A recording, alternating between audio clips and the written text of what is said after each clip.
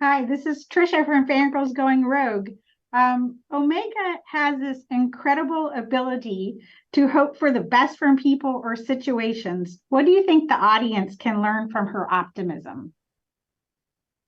That optimism can get you through the face of some really challenging times.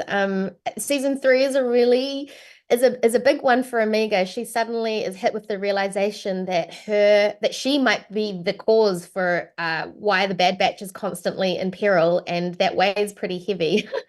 Um, so I think, yeah, that this, no matter how bleak the circumstances, if you can find a way to have hope, then that can sustain you through some dark times.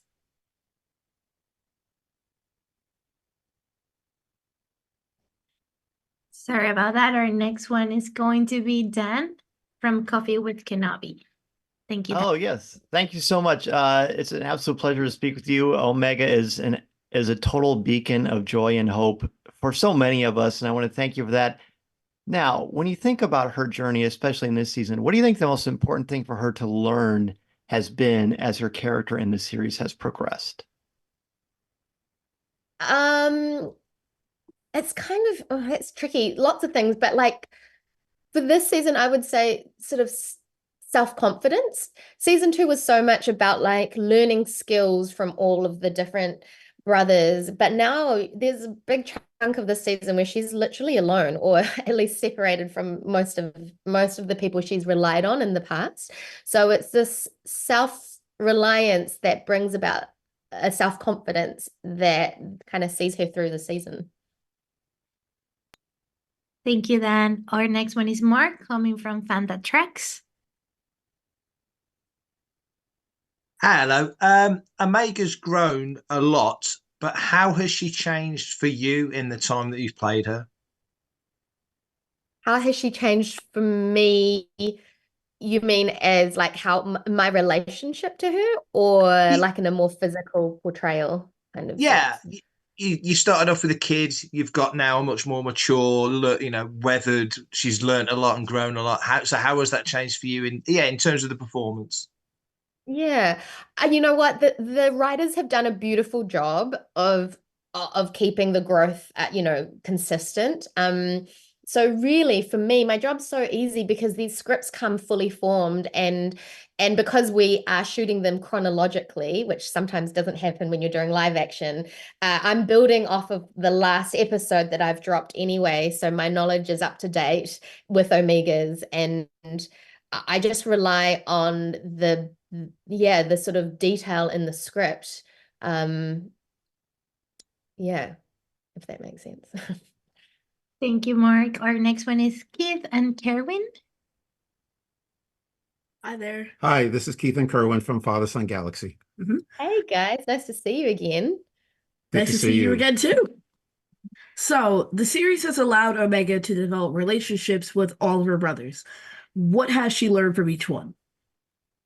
From each one, I mean, I feel like, primarily it was with Hunter, and then in season two we got to explore a lot with Tech, RIP, and Echo, and sort of, the practical side of like having knowledge and fixing things, and then Echo, sort of the principled nature of knowing what his mission is in terms of which Omega has adopted as well, which is like there are our brothers who need us, who are being taken away and tested on and in peril, and it's our duty to and we should be in service of trying to help them.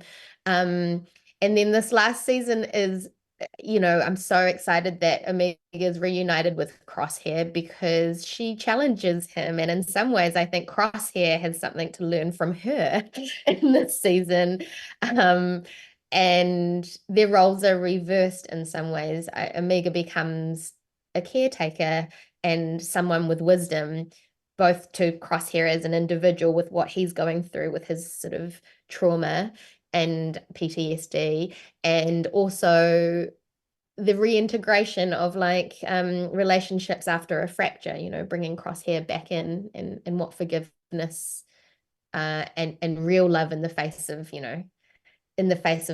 a betrayal and then reuniting together, what that can look like. Thank you, guys. Our next one is William from Iron Cannon. Hi, Hi, William. William. Hi, sorry. Oh, sorry. Sorry about that. The computer locked up. I'm good now. William Devereaux with Ion Cannon. Actually, playing off of that last question, Omega has such a great relationship with each member of the Bad Batch, and the dynamic with each one is so different. Which is your favorite member of the Bad Batch to play off of? I feel like across the seasons it's changed because, you know, there has been stronger relationships, but this is an easy question to answer for me at this juncture because season 3, it's just so delicious, this new dynamic between Crosshair and Omega. And you know, because Crosshair is getting as good as he gives, you know, there are some juicy moments where she really gets to be like, listen, guy, stop being like this. This is how you do it. And she gets to prove Crosshair wrong. And there's a sort of like beautiful, funny bickering that underneath it all has so much love, which is, at least in my experience, so indicative of what family actually is, like the ability to confront and hold accountable and tease and still have it come from a place of generosity and ultimately love. Thank you so much, William. Sarah and Richard, you guys are next. Hey, this is Sarah and Richard from Skywalking Through Neverland. It is. Hey there. It's so much fun watching scenes between Omega and Batcher.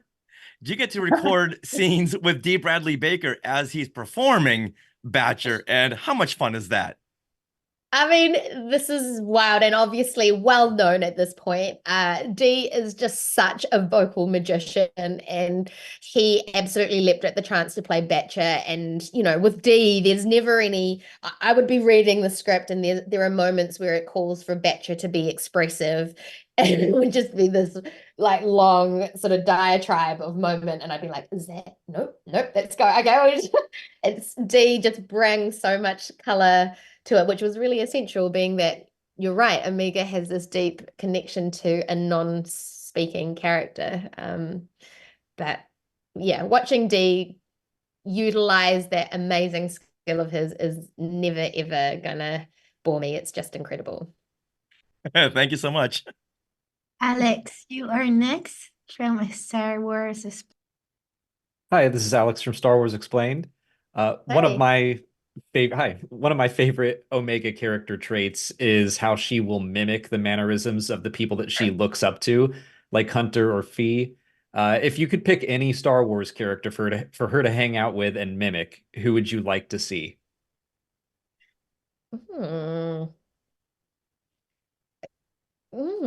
Any Star Wars character? Well, I mean, so tricky. I don't know. All I can say is I don't know if you guys have seen up to this part, but like Asajj Ventress was incredibly interesting to Omega. Like,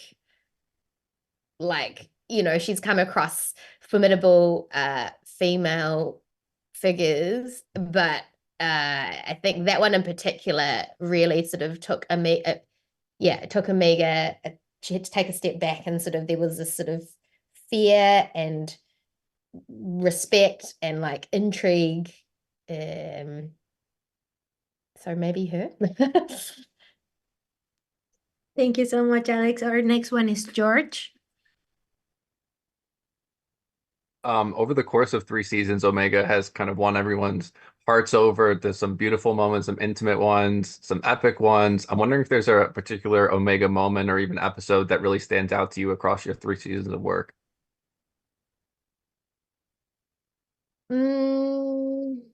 Oh my gosh, that stands out to me. It spans so much time, and my memory's so bad. But like, I guess, I mean, I know you guys haven't seen the finale of season 3 yet, and there were slightly different ways. We weren't set on exactly how it was going to end, so there were sort of some explorations. But like as a actor and as like an emotional sort of moment, I'd have to say that. I know that's such a mean answer because you haven't seen it, but just I feel like it's like the culmination of my journey as a performer and Omega's journey as a character, like all consolidated into like 2 lines or something, Yeah. Thank you, George. Our next one is Caitlin. Hi, I'm Caitlin from Sky Talkers. So nice to talk to you today, Michelle. My Caitlin. question is, last season we saw Omega witness the Senate hearings where they discussed the future of the clones, and now she's seeing what's happening to them at Mount Tantus. How do you think experiences like these are changing Omega as she's growing up and her understanding of the galaxy? Well, that the whole concept to her that there are differences between rights of living beings just blew her mind. Like some people have rights, some people have the ability to be represented, and then there's this whole community of who she considers her brothers and now sister who don't. And so that inequity, I think, at first was like sort of mind-blowing, but you're at Mount Tantus, it's really dark. Like the things that are going on there are very, without even having that knowledge of politics or whatever, just on a humane level, she's like, this is deeply unsettling. So sorry, what was the second part of your question? Oh, just how it's influencing her and her thoughts on the galaxy and growing up. Yeah, I mean, I think this is where the complexity of like the fact that she's still a child, but then knowing that things are wrong sort of come into play. Like, I don't think she's worried about fixing the whole galaxy, but what she does feel very strongly about is this facility is doing things to people that I care about, and we need to get them all out. So that becomes like a very, very forceful drive throughout season 3, which is that not only does she want to extricate both herself and Crosshair, but there's this desire that is not accomplished until she's managed to take out all the clones from Mount Tantus. Thank you, Caitlin. Our next one is Tara. Hi, Michelle. This is Tara Bennett from Star Wars Insider Magazine. I wanted to circle back to the question before last, just in terms of talking about the end of the season. It's really special, that you got a chance to complete the arc of your character in the series, and without spoilers, but just in terms of your own experience with it, did you treat that final script in a different way? Was it? Did you want to know what was coming? Did you want to go pure when you went into it? I know you said that there were still some changes, but at the end of the day, it's the last time maybe that you'll play her.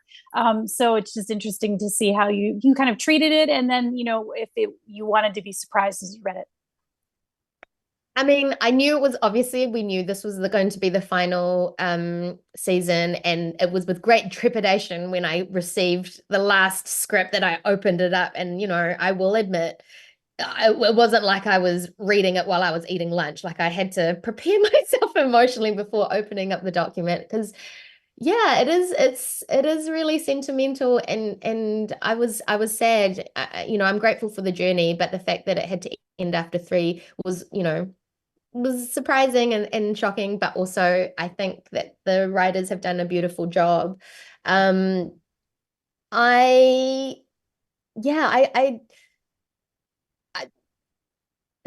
don't know how to say it without, it's so hard to say it without giving spoilers. I think that the gravity of the final sort of moments made it easy to feel like that was the culmination of everything. I was excited in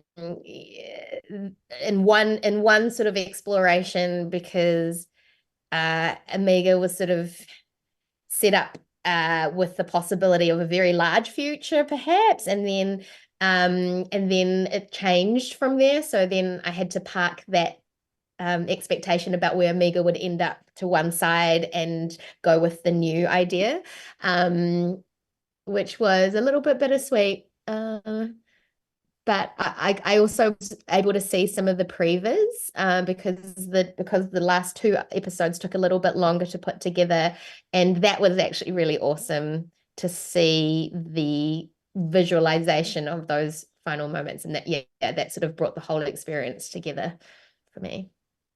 Thank you. Thank you, Tara. We have one more question for Sarah and Richard. Okay, great.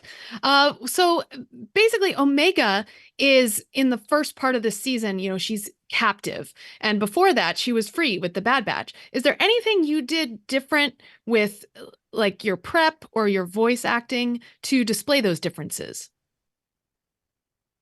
That's actually really insightful as a question, because there was this talk about like how long has she been in this facility? And we've all talked about her optimism in the face of, terrible things, but even like I wanted to make sure it felt real that she was a prisoner, and so that kind of the dreariness, the mundaneness, and, she's kept in this cell with like nothing stimulating. And it's, her closest person that she gets to converse with is Emery, who, although she's her sister, is like so cold and emotionally withholding.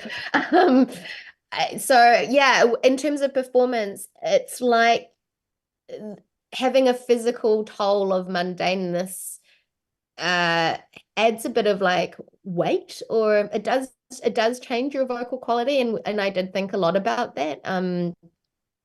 And sometimes, the tension between wanting to remain optimistic, but like then physically sort of feeling the burden of, being kept, or, being in a sterile environment. And I think that was quite important. I'm glad that you touched on it, because it's a pretty dark space for a young child to be living in. Yeah. Thank you.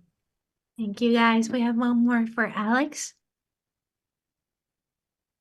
The Kinder's music is always a great highlight of any Star Wars animated series. So how does it feel to have your own musical theme? Is it your ringtone, or do you ever listen to it to get through the day?